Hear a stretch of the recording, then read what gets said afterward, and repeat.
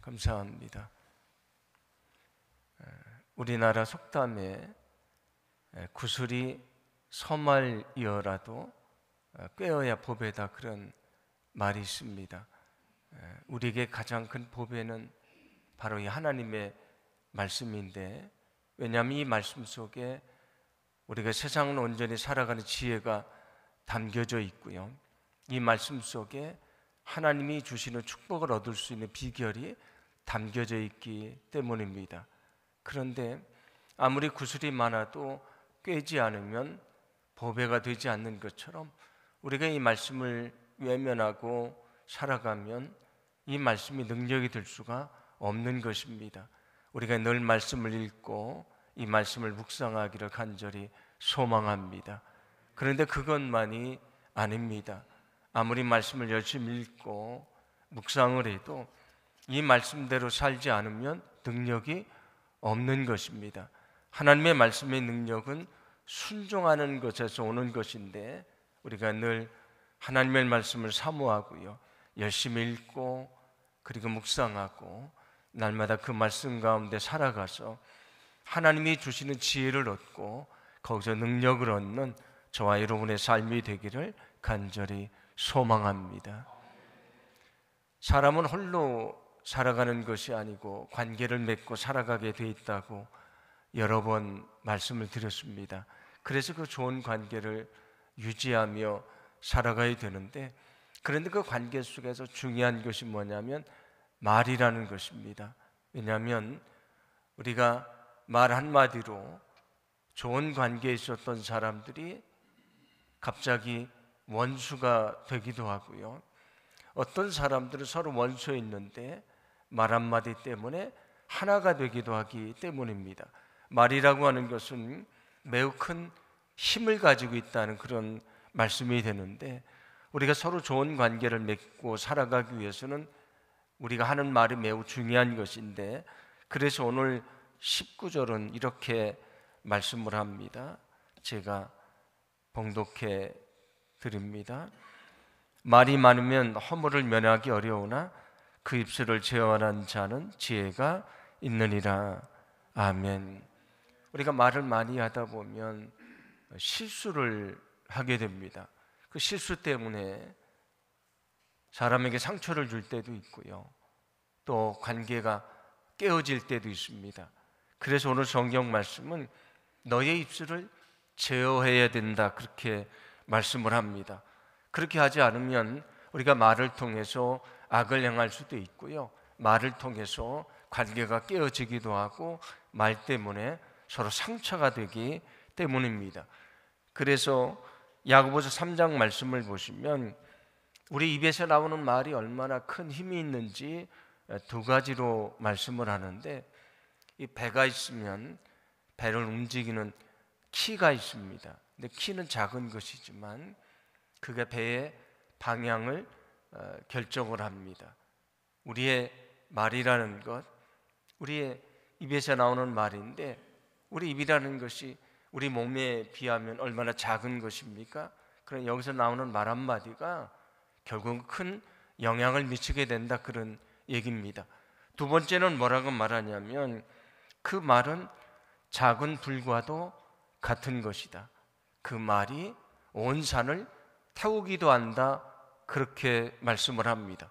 이처럼 우리가 하는 이 말이 매우 중요하다는 것을 말씀해 주는데, 우리가 하는 말이요, 사람에게 용기도 줄 수 있고 희망도 줄 수 있지만 우리의 말 한마디가 그를 좌절시키고 그에게 희망을 빼앗아 버리고요, 그를 넘어지게도 하고 관계도 깨지게 하고 상처를 주게도 된다, 그런 얘기입니다. 그래서 성경은 우리의 말하는 것을 조심해야 된다, 말을 잘 제어해야 된다고 말씀을 하는데, 야고보서 3장 3절입니다. 함께 봉독합니다. 우리가 말들의 입에 재갈을 물리는 것은 우리에게 순종하게 하려고 그 온몸을 제하는 것이라. 아멘. 여기 달리는 말이 있지 않습니까? 말을 제어하려고 재갈을 물린다, 그렇게 얘기하는데, 여기 재갈이라는 것은 저도 시골에서 말을 보고 자랐으니까 말을 제어하려고 입에다가 이렇게 끼우는 도구가 있습니다. 그게 보통 이제 쇠로 되어 있기도 하고 가죽으로 되어 있기도 하는데 그 제갈을 말합니다. 그래서 이제 말을 제어를 하는 것이고요. 보통 손은 어떻게 합니까? 코를 뚫어서 콧뚜레라고 하지 않습니까? 그래서 그거를 가지고 제어를 합니다. 제가 어렸을 때 그 소 코 뚫는 걸 봤는데 제가 지금도 생각해도 너무 끔찍해서 지금도 기억이 나거든요. 그러니까 쇠를 쇠코챙에 달고 가지고 코에 이렇게 뚫어 가지고 구멍을 내는 것인데, 아무튼 소나 말 같은 거를 제어하기 위해서 제갈을 물리는데 그것을 말합니다. 그런 것처럼 우리의 입을 제갈 물리지 않으면, 우리가 말하는 것을 제어하지 않으면, 말하는 것을 절제하지 않으면 결국 말 때문에 여러 가지 문제가 생기게 된다는 것을 말씀해 줍니다. 우리가 세상을 살아갈 때도 말 때문에 사람들의 관계가 깨어지고, 말 때문에 상처가 되고요, 말 때문에 생기는 문제들이 얼마나 많습니까? 말이 또 말을 낳게 돼 있고요, 그게 산더미가 돼서 나중에는 결국은 감당할 수 없는 인생의 문제가 될 때도 많이 있습니다. 그래서 오늘 성경은 우리의 입을 거룩하게 다스리라고 말씀해 줍니다. 여러분, 우리의 입을 거룩하게 다스려야 된다는 것을 기억하시기를 바랍니다. 그래서 우리의 말을 절제를 하고 정말 하나님이 원하시는 선한 말을 해야 된다, 그런 말씀이 됩니다. 아까 말씀드렸던 것처럼 우리의 말이라는 것은 배의 키와도 같고 작은 불과도 같은 것인데, 그게 큰 영향을 미친다는 것인데, 나쁜 영향도 미치지만 좋은 영향도 미치는 것이지 않습니까? 소망하기는 우리의 말이 선한 영향력을 주는 그런 귀한 말이 되기를 간절히 소망합니다. 그래서 말을 제어해라. 그 대신 우리가 더 크게 열어야 될 것이 있다고 말씀을 하는데, 야고보서 1장 19절입니다. 제가 봉독해 드립니다. 내 사랑하는 형제들아, 너희가 알지니 사람마다 듣기는 속히 하고 말하기는 더디하며 성내기도 더디하라. 아멘. 말하는 것을 절제를 해라, 제어해라. 그러나 그 대신 너의 귀는 더 넓게 열어야 된다. 그리고 다른 사람의 말을 잘 들어라. 그래야 그 마음을 이해할 수가 있고요, 그를 위로할 수가 있고 용기가 줄 수 있기 때문이다, 그렇게 말씀을 합니다. 오늘 이 말씀처럼 우리가 입은 제어하지만 귀는 열고 다른 사람들의 말에 귀를 기울이고 그들의 마음을 헤아릴 수 있는 우리 모두가 되기를 간절히 소망합니다. 그리고 성경은 마지막에 뭐라고 말합니까?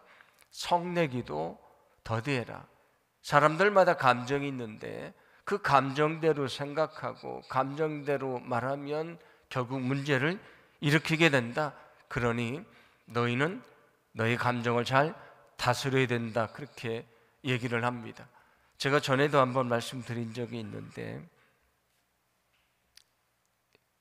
1분의 기술이라는 얘기를 어느 책에서 말하는데, 말할 때에 정말 자기 감정이 벅받쳐 오르고 정말 화가 나면 1분을 기다려보라, 그런 얘기입니다. 1분을 기다려보면서 자기를 다스리고 절제를 하면 우리가 말을 통해 실수하지 않게 될 것이고 그 말이 다른 사람에게 상처를 주지 않을 것이다, 그런 얘기입니다. 그래서 감정대로 말하는 것이 아니고 기다릴 줄 알아야 된다, 그런 얘기입니다. 소망하기는 우리는 관계를 맺고 살아가는데 말이 매우 중요한 것입니다. 그 말을 절제하거나 제어하지 않으면 문제가 생기게 되는 것인데, 늘 우리가 주님 앞에 엎드려서 하나님 앞에 기도할 때에, 하나님, 나의 입술을 통해서 사람들이 상처를 받거나 나의 입술을 통해서 관계가 깨어지거나 누가 나의 말 때문에 절망하는 것이 아니고 내 말을 통해서 저들이 용기를 갖게 되고 저들이 절망해서 희망을 갖게 되고 깨어진 관계가 회복이 되고 하나 되게 하는 그런 거룩한 일을 할 수 있도록 나의 입술을 주관해 달라고 우리가 기도하기를 간절히 소망합니다. 오늘 성경은 의로운 자에게 주시는 축복을 말씀해 주시는데, 오늘 첫 번째로 말씀해 주시는 것이 뭐냐면 너의 말을 잘 다스려라, 그런 말씀입니다. 왜냐하면 우리가 의롭게 살아가는 데 있어서 굉장히 큰 영향을 미치는 것이 말이기 때문입니다. 하나님께서 우리를 축복해 주셔서 우리의 말을 통해서 하나님의 말씀도 전하고요, 절망한 사람을 위로해 주고 넘어진 자를 이렇게 세워주고요, 또 관계가 깨어진 사람들을 회복시켜 주고 온전케 하는 그런 일을 감당할 수 있도록 하나님이 축복해 주실 줄로 믿습니다. 오늘 성경은 의로운 자에게 주시는 축복을 말씀을 하는데, 여러분이 원하시는 축복은 어떤 것입니까? 많은 사람들이 부유하게 되는 것, 또 건강한 것, 세상 이름을 알리는 것, 또 자녀들이 잘 되는 것, 이런 것들이 축복이라고 생각할 것이라고 그렇게 생각을 하는데, 우리가 그런 축복을 기대해야 되고 위해서 기도해야 되고 또 간구를 해야 됩니다. 왜냐하면 하나님은 우리가 믿음 가운데 살아갈 때에 그런 축복을 주시기 때문입니다. 그래서 아브라함도 이삭도 야곱도 그런 축복을 얻게 됐습니다. 그런데 세상에서는 재물도 얻게 됐고요, 그리고 건강하기도 하고 세상의 이름도 알리기도 했고요, 자녀들도 잘 됐는데, 세상에서는 많은 것을 얻었는데 그 마음속에 근심과 걱정이 가득 차 있다면 그는 진정 행복한 사람이 될 수가 없는 것입니다. 그래서 오늘 성경 22절은 하나님이 주시는 복에 대해서 이렇게 말씀을 합니다. 함께 봉독합니다. 여호와께서 주시는 복은 사람을 부하게 하고 근심을 겸하여 주지 아니하시느니라. 아멘. 하나님이 주시는 참된 복은 어떤 것인가? 그에게 부를 주면서 또 한편으로 근심을 겸하여 주지 않으신다. 어떤 말씀입니까? 세상에서 아무리 많은 재물을 얻고 명성을 얻고 많은 것을 누려도 그 마음이 평안하지 않으면 그는 진정 행복한 사람이 아니다, 그런 얘기입니다. 하나님이 주시는 축복은 그런 것이 아니다 라고 하면서 잠언 17장 1절도 이렇게 말씀을 합니다. 제가 봉독합니다. 마른 떡 한 조각만 있고도 화목하는 것이 제육이 집에 가득하고도 다투는 것보다 나으니라. 아멘. 아무리 집에 제육이 가득하고 고기를 많이 먹고 풍족해도 그 가정이 행복하지 않으면, 화목하지 않으면 진정한 행복이 아니다. 비록 가진 것은 없어도 만약에 화목하다면 그 가정이 더 행복한 것이다, 그렇게 말씀을 합니다. 오늘 성경은 우리에게 하나님이 주시는 축복이 무엇인지를 말씀해 줍니다. 그것은 겉으로 보이는 우리가 기대하는 것만을 풍성히 주시는 것이 아니고 더불어서 평강도 함께 주신다는 말씀이 됩니다. 여러분, 하나님은 축복과 함께 평안을 주신다는 것을 기억하시기를 바랍니다. 이것이 하나님이 주시는 축복입니다. 예수님도 성령을 통해서 우리에게 무엇을 주신다고 하셨습니까? 세상이 줄 수 없는 평안을 주신다고 약속해 주셨습니다. 여러분, 소망하기는 우리가 늘 주님이 주시는 이 놀라운 축복을 누리게 되기를 간절히 소망합니다. 우리가 그렇게 원하는 것만이 아니고요, 정말 마음의 평안, 그 기쁨을 충만케 하셔서 우리가 어떤 상황 속에 있든지 늘 하나님 앞에 감사할 수 있도록 인도해 주실 줄로 믿습니다. 오늘 23절부터 32절 말씀까지는 의인과 악인을 대비를 하면서 그 결과가 전혀 다르다고 말씀을 합니다. 의인과 악인의 결과는 전혀 다르다는 것을 말씀해 주시는데 오늘 24절입니다. 함께 봉독합니다. 악인에게는 그의 두려워하는 것이 임하거니와 의인은 그 원하는 것이 이루어지느니라. 아멘. 악인에게는 두려워하는 것, 내게 이런 것이 없었으면 좋겠다고 하는 것이 임하지만 의인은 그 원하는 것이 이루어진다, 그렇게 말씀을 합니다. 그런데 어떻습니까? 우리가 의롭게 믿음 안에 살려고 애를 쓰는데 내가 원하는 것이 금방 이루어지지 않고요, 오히려 악한 사람들이 저들이 원하는 것을 얻는 것 같은 그런 느낌을 받을 때가 많이 있지 않습니까? 그런데 그들이 누리게 되는 그 영광은 영원한 것이 아닙니다. 그것은 안개와도 같이 사라지고 마는 것입니다. 내가 지금 힘들고 어렵지만 그럼에도 불구하고 끝까지 믿음을 지키고 의롭게 살아갈 때에 하나님은 반드시 내가 원하는 그 소원을 이룰 수 있도록 우리 삶을 축복해 주실 줄로 믿습니다. 우리에게 필요한 것은 어떤 어려움이 찾아와도 가던 길을 포기하지 않는 것이고요, 우리가 나아가던 그 사명의 길을 멈추지 않는 것입니다. 우리가 믿음 안에 살아갈 때에 반드시 우리가 소망하는 것을 이룰 수 있도록 우리 삶을 인도해 주실 줄로 믿습니다. 25절 말씀 보시면 이렇게 말씀을 합니다. 회오리 바람이 지나가면 악인은 없어져도 의인은 영원한 기초 같으니라. 아멘. 회오리 바람은 인생의 고난을 말하는데 그 어려움이 찾아오면 의인이 누리고 있었던 것들은 다 없어지게 되지만 악인이 누리던 것은 다 없어지게 되지만 의인은 영원한 기초 같아서 결코 흔들리지 않을 것이라고 말씀해 줍니다.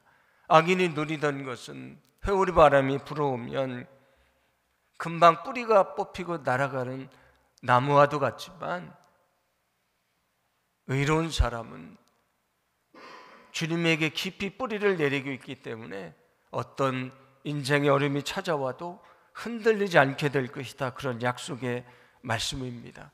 오늘 말씀처럼 우리가 때로는 의롭게 살아가지만 인생의 어려움이 찾아올 수 있습니다.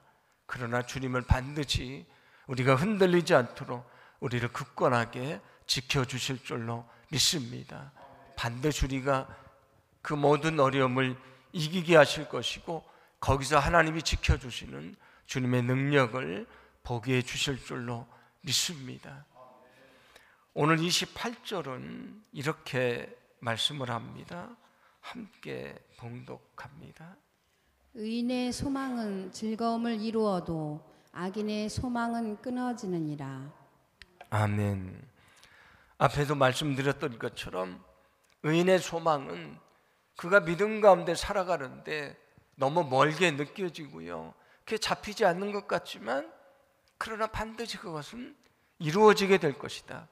그런데 악인의 소망은 금방 이루어지는 것 같지만 그것은 끊어지고 말 것이다, 그렇게 말씀을 합니다. 우리 마음속에 나는 왜 의롭게 사는데 왜 이런 어려움이 찾아오지? 나는 의롭게 사는데 왜 내가 이렇게 병마에 시달리지? 나는 의롭게 사는데 왜 나는 실패하기만 하지? 그렇게 우리가 절망할 때가 있지 않습니까? 그런 우리에게 주시는 말씀입니다.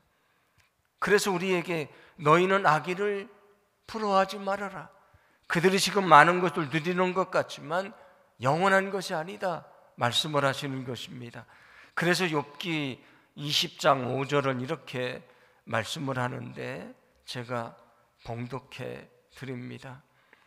악인이 이긴다는 자랑도 잠시요 경건하지 못한 자의 즐거움도 잠깐이니라.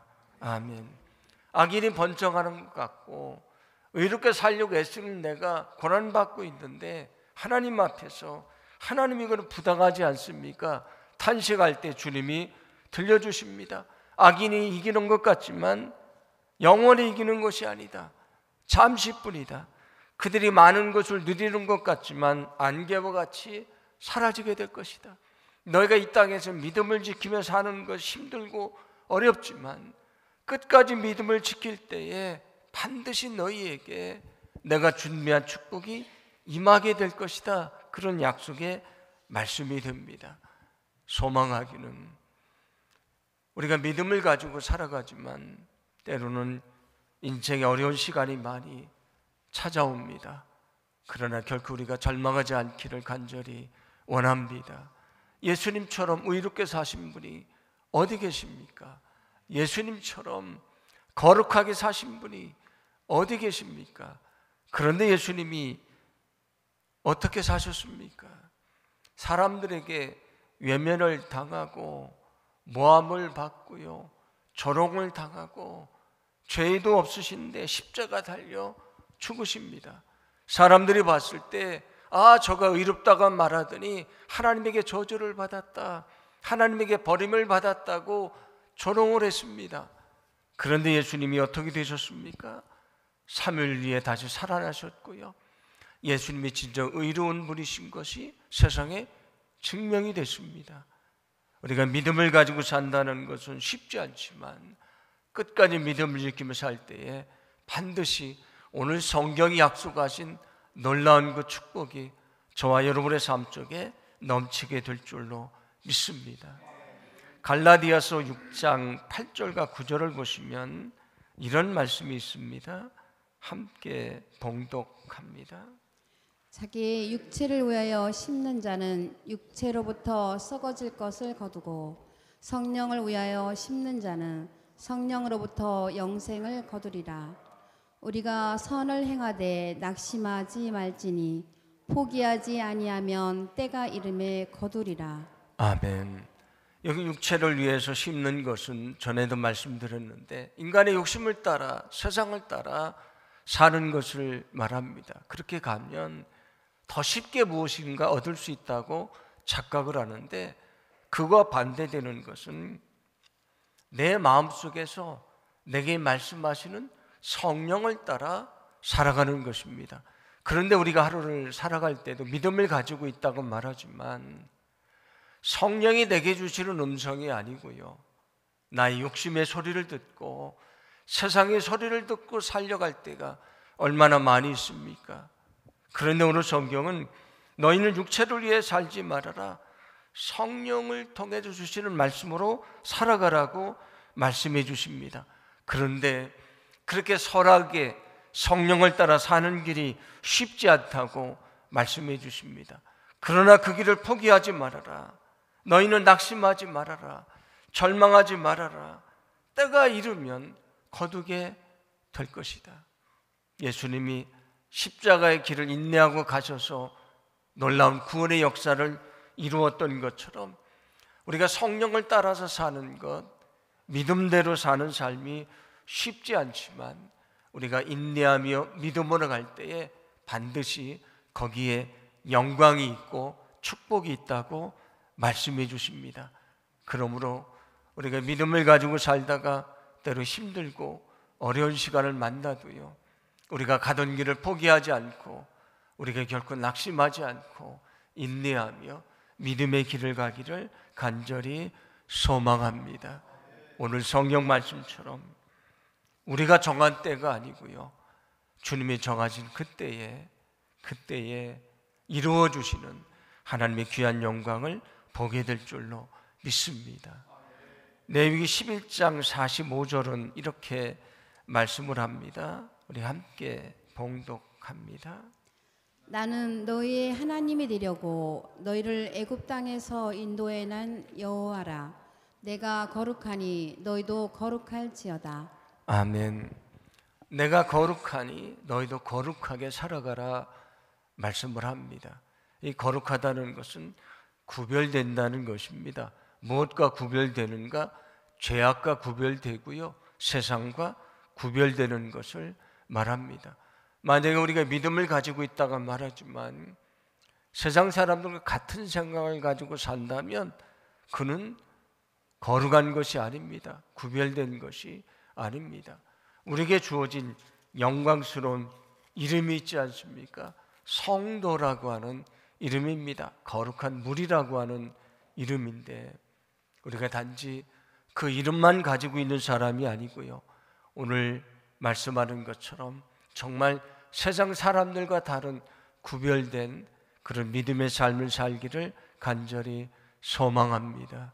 우리가 그 믿음의 삶을 살 수 있도록 주님께서 우리에게 믿음도 주시고요, 열심도 주시고 성령 충만케도 하시고 능력 있게도 하셔서 반드시 주님이 원하시는 그 믿음의 삶을 살 수 있도록 인도해 주실 줄로 믿습니다. 오늘 말씀을 기억하면서 우리가 기도하기를 원합니다.